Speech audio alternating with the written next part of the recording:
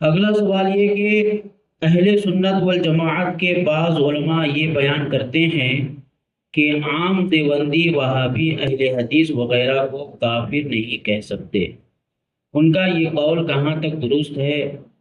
اگر یہ لوگ جن کا ذکر ہوا وہ کافر کے حکم میں ہیں تو پھر جو ان کو کافر کہنے سے منع کرتے ہیں ان کے لیے کیا حکم ہوگا؟ ارشاد فرما دیں۔ جن لوگوں نے اللہ و رسول کی شان میں صریح گستاخیاں کی ہیں ان پر کافر اور مرتد ہونے کا حکم ہے۔ جو لوگ ان کی عبارتوں کو جاننے کے باوجود ان کی کفریہ عبارت پر مطلع ہونے کے باوجود ان کو اپنا پیشوا یا کم از کم مسلمان سمجھتے ہیں، وہ لوگ بھی کافر و مرتد ہیں۔